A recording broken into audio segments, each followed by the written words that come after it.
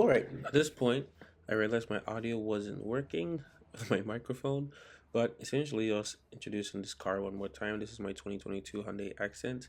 Had it for about 2.5 years now.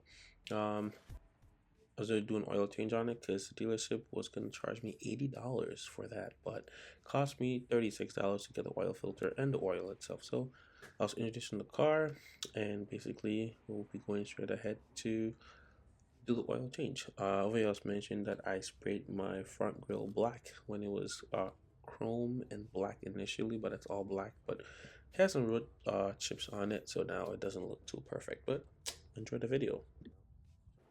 So at this point, I didn't want to use the jack from the Hyundai Accent because there's all the way in the trunk.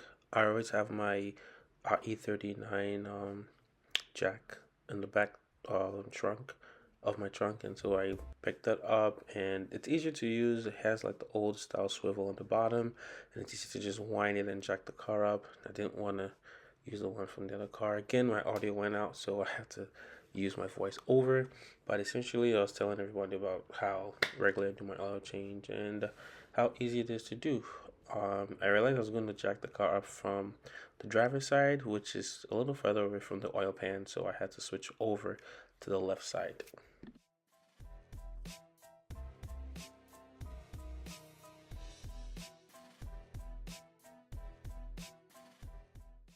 Well, as you're watching the video, I just want to make it known that this is not a how-to video.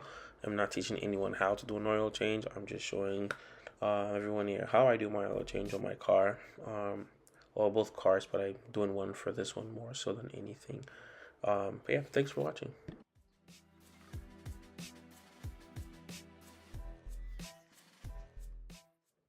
All right, so for this oil change, I'm going to be using Castrol as recommended by the manufacturer's owner's manual. I'm going to be using the Castrol OW20 synthetic oil and a specific oil filter. So here is the oil I grabbed. This car takes 4 quarts of oil, but a can comes in 5. So usually I have 1 quart extra. If I don't have a container to save it, I just throw it out with the old one. If I do have a container, I pour it in and keep it. So that's what I'm going to be doing now. The last time I tried an oil change, the filter was confusing to figure out, but I finally was able to figure that out. And so in this video, it should be pretty straightforward. All right, so something I learned from doing oil changes over the past few years was if you want your oil to drain pretty well and completely empty out, you have to kind of pull out the oil dipstick a little bit and then pop up the oil cap on the top so that there's enough pressure that goes to the engine, and when you take out the drain plug, everything should just come out easily. You can do the same thing with the oil filter. You can crack it a little bit in the bottom so everything can just drip out, so it's easier, and you have everything coming out of the engine.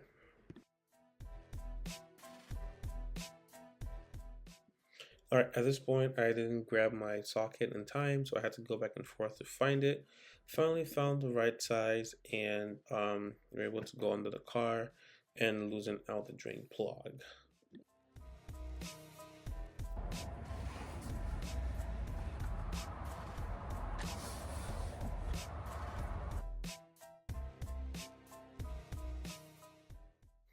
At this point, I'd drained all the oil. I was gonna fix up the oil filter by replacing the filter itself, and the filter comes with a plug at the top. So if you, I think I might show the L later, but if you take out the plug from the filter when it's in the housing, it drains all the oil in the housing of the filter, so that when you finally loosen the filter altogether, you don't have oil spilling over you. Pretty smart design. Helps a lot. So the oil filter comes with the O-ring, as you can see. It comes with the plug I was talking about, and that's what goes on the top over there. If you can see it, there you go. And then it goes with the other rubber O-ring, the red one, that prevents any leaks from the filter when it's up in the housing.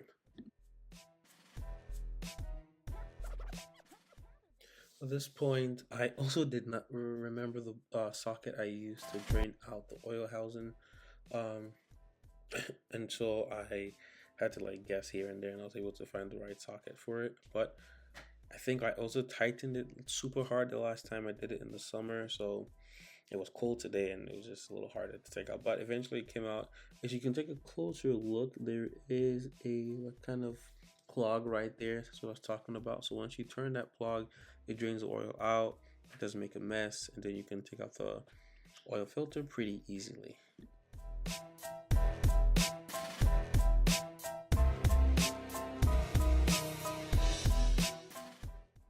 All right, at this point, I was able to successfully take out the oil filter. I think it had been over like 6,000 miles since I changed this oil, so it was very dirty, very dark, but it was still clear, no metal pieces in there. Car is pretty new still.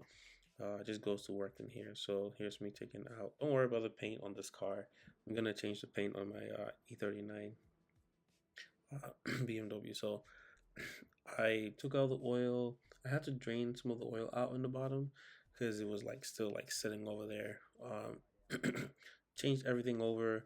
Pretty easy oil filter change. So that's the plug I was talking about. You need to change it out to replace it so that it doesn't leak because you don't want your oil leaking from your oil filter housing.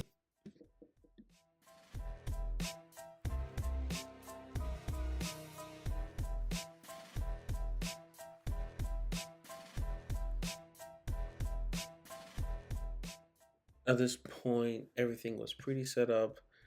This is the last pin that goes into the plug so it doesn't fall out by gravity. I inserted that in, put it back under the car, and we're going straight to top off our oil. All right, at this point, I have the dipstick still slightly pulled out, just because again, you want enough air pressure in the engine unit so everything can just fit in and fill all the crevices. I'm going to use my Castrol OW 20. I'm going to fill up 4 quarts of oil out of the five. I'm not using a funnel this time because I'm kind of gotten confident with pouring it out of the bottle myself. And the next thing would be to just make sure I measure everything. Now the bottle has measurements at the back of it, and it's full to five. Sometimes it's like 5 1/4. So I just keep pouring, and I keep using the dipstick to measure how much full it is, and then I also use the bottle to make sure I'm close to that 4 quart mark, but at the same time using the dipstick to gauge if it's enough or if it's excess. And pretty straightforward plan. Here I am pouring the oil, and everything is going according to plan.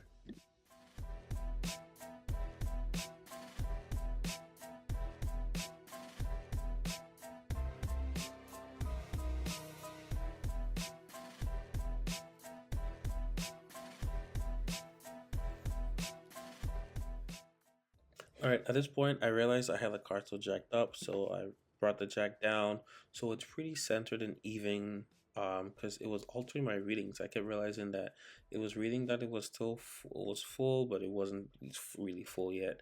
So I had to bring the car down and then come back and check one more time, make sure that the dipstick was reading at full and not excess over the full. Yeah, pretty easy job, and I really enjoyed doing it. It was just very cold this morning.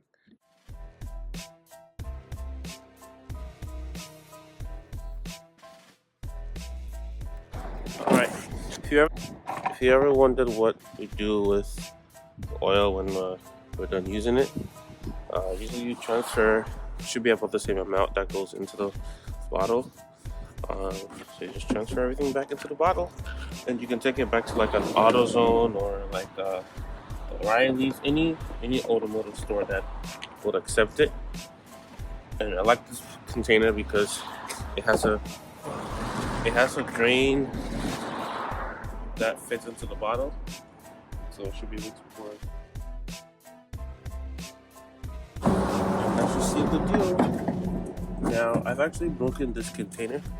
I had to cut it because water got froze inside of it. So I'm going to throw the whole thing away, and I'm going to take this to like an AutoZone later today. So, cheers. Thanks for watching the video. Oh, I didn't add one more thing. For this car, there's no reset button for, at least I don't know of any reset button to reset the oil gauge. So what I do is I do the math manually. So right now it's at for 41,064 miles. So I try to do it every 4 to 5,000 miles. So the next oil change I'll do will be at 442,640 miles, and that's how we do it.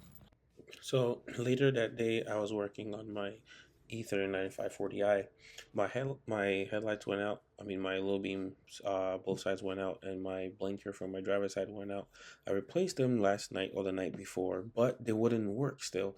They wouldn't fit into the housing unit, so I had to come back later at work, and then there's a rubber seal that goes over the bulb that was like broken. So I just took it off completely so that I can install the bulb straight in, and then it will work because I couldn't see at night. It was bothering me and I had to do it ASAP. So that is the bulb right there. Um, it has an O-ring on the plastic side of it. And sometimes those right in the center where my thumb is, there's a plastic seal over there, but that seal broke, and I guess it was not allowing me to have a good room to fit into the house. And so I took that off, put it in, and it worked after. But my blinker still did not work. I don't know why. For now, I am just going to slide this in here this way.